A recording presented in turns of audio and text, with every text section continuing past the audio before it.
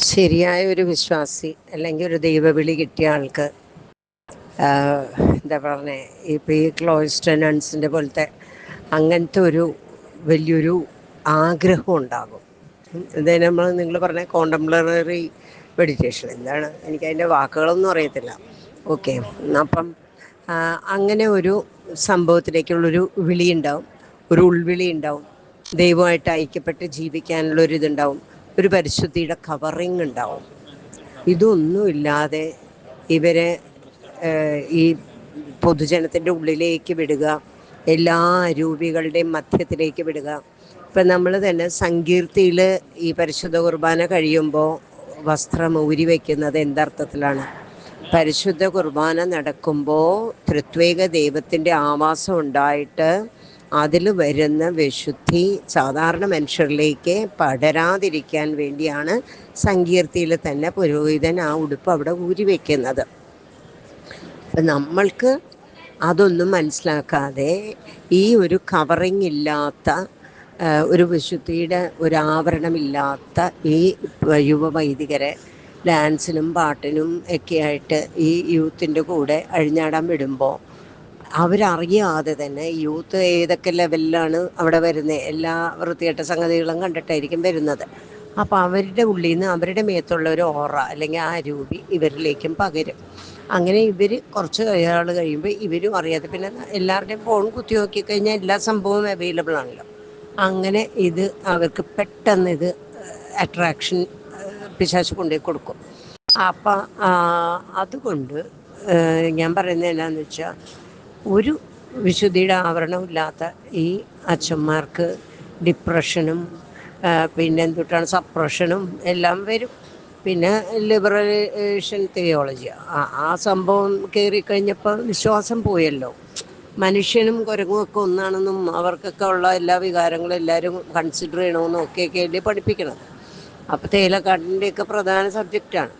അപ്പം ഇത് വിശുദ്ധിയിലേക്കുള്ള വിളിയല്ല, ലോകാരൂപിയിലേക്കുള്ള വിളിയും പിന്നെ ദൈവത്തിൻ്റെ ആത്മാവ് ഒരു മനുഷ്യനിലുള്ളതിനേക്കാൾ ഉപരി മാനുഷികമായിട്ടുള്ള അവരുടെ ഒരു പ്രവണതയ്ക്കാണ് ഇമ്പോർട്ടൻസ് കൊടുക്കണേ. അത് കൊടുത്തു കഴിയുമ്പോൾ പിന്നെ ദൈവം ആത്മാവാണ്, ദൈവത്തിനെ ആരാധിക്കേണ്ടത് ആത്മാവിലും സത്യത്തിലുമാണ്.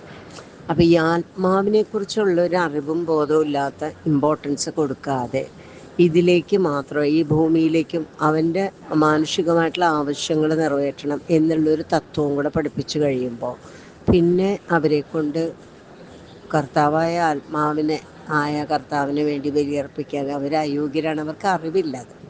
അപ്പോൾ ഈ ഒരു ബോധ്യമൊക്കെ പിതാക്കന്മാർക്ക് പോലും ഇല്ല എന്നുള്ളത് കൊണ്ടാണ് പിതാക്കന്മാർ, പ്രത്യേകിച്ച് ചക്കിത്ത് പിതാവ് ഉണ്ടായിരുന്ന സമയത്ത്, സെമിനാറിലൊക്കെ ആയിരുന്ന സമയത്താണ് ഇതിൽ ഏറ്റവും കൂടുതൽ അപജയങ്ങൾ ഉണ്ടായേക്കണേ.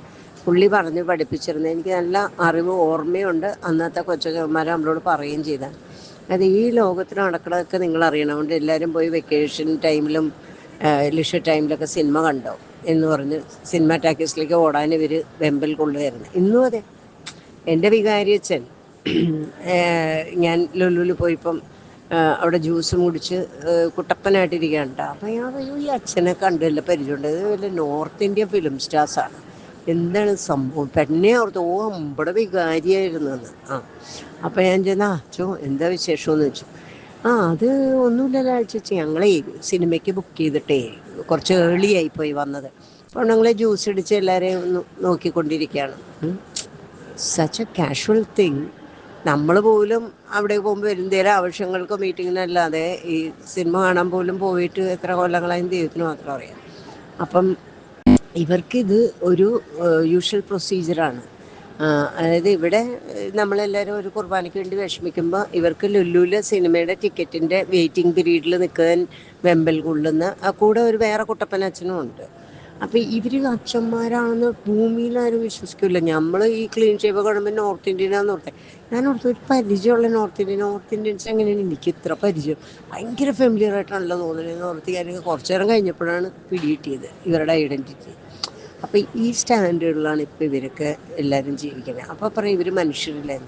അങ്ങനെ വലിയ മാനുഷികത നോക്കുന്നവർക്ക് സ്പിരിറ്റ് ലെവലിലുള്ള കർത്താവിനെ പ്രീതിപ്പെടുത്താൻ പറ്റില്ല. അതാണ് മാമോനെയും ദൈവത്തെയും ഒരുമിച്ച് പ്രീതിപ്പെടുത്താൻ പറ്റാത്തവർ പിന്നെ ഈ പണിക്ക് ഇറങ്ങണ്ടെന്നേ. വിളിയുള്ളവർ മാത്രം നിന്നാൽ മതി. അതും പ്രത്യേകിച്ച് നമ്മൾക്ക് ദേറ സിസ്റ്റമൊക്കെയാണ് ഉള്ളത്. സുറിയാനി ക്രിസ്ത്യാനി ലത്തീൻകാർക്ക് അത്രയും ഇല്ല, സ്ട്രിക്റ്റ് അല്ല. പക്ഷെ നമുക്ക് ആ ഒരു ലെവലിലേക്കും കൂടി ഉള്ളൊരു അങ്ങനത്തെ ഉള്ളൊരു ലെവലിലുള്ളവർ മാത്രം നിന്നാൽ മതി. അല്ലാത്തവർ ഡീക്കണായി പോട്ടെ. അതാണ് ഇനി അച്ഛന്മാർക്ക് കെട്ടണമെന്ന് ആഗ്രഹമുള്ളവർക്ക് ഇനിയിപ്പോൾ 8 കൊല്ലം 10 കൊല്ലമൊക്കെ നിന്ന് പക്ഷെ എന്നാൽ ഒരു ദൈവവിളിയുണ്ട് എന്നുള്ളവർ ഡീക്കണാവട്ടെ. അതിൻ്റെ മുകളിലേക്ക് കടത്തി വിടാൻ പിതാക്കന്മാർ സമ്മതിക്കാതിരുന്നാൽ മാത്രം മതി. അതിനുള്ള വിവേകമെങ്കിൽ എൻ്റെ പൊന്നു പിതാക്കന്മാരെ കാലുമ വീണ് അപേക്ഷിക്കുകയാണ്. ഞങ്ങൾക്ക് ഇങ്ങനെ ഈ അച്ഛന്മാരിൽ കൊച്ചുങ്ങളുണ്ടാക്കി ഈ നാട് മുഴുവൻ നിറയ്ക്കല്ലേ, സഭേനെ ഇങ്ങനെ ജീർണിപ്പിക്കല്ലേ. എന്നും ഇത് തന്നെ. അതേ ഈ 35 ലക്ഷം അടിച്ചു മാറ്റി ഇവരുടെ അടുത്ത് പോയി അവരുടെ അടുത്ത് പോയി അരമനയ്ക്കകത്ത് എന്താണ് പെണ്ണുങ്ങൾ വസിക്കുന്നത് കണ്ടും കേട്ടും മടുത്ത്. അപ്പോൾ അതുകൊണ്ട് ദൈവത്തെ ഓർത്ത് ഞങ്ങളുടെയൊക്കെ ഈ വയസ്സാം കാലത്ത് ഇതൊക്കെ കണ്ടുകൊണ്ട് അടുത്ത തലമുറയോട് ഇപ്പോൾ ക്രിസ്ത്യാനിനെ കെട്ടണമെന്ന് പറയാൻ പോലും പേടിയായി തുടങ്ങി നമുക്ക്. ആ ഒരു ലെവലിലേക്ക് ഞങ്ങളെയൊക്കെ കൊണ്ടുവന്ന് എത്തിച്ച് നിങ്ങൾ എന്നെ സഭേനെ ജീർണിപ്പിച്ച്. അതുകൊണ്ട് പെട്ടെന്ന് തന്നെ ഒരു വ്യത്യാസം വരുത്തേണ്ടത് ആവശ്യമാണ്. ഇന്നത്തെ ദിവസം എല്ലാവരും ഉപസിക്കുമ്പോൾ ഇതും കൂടെ ഒന്ന് മനസ്സിൽ കരുതുക നല്ലതാണ്.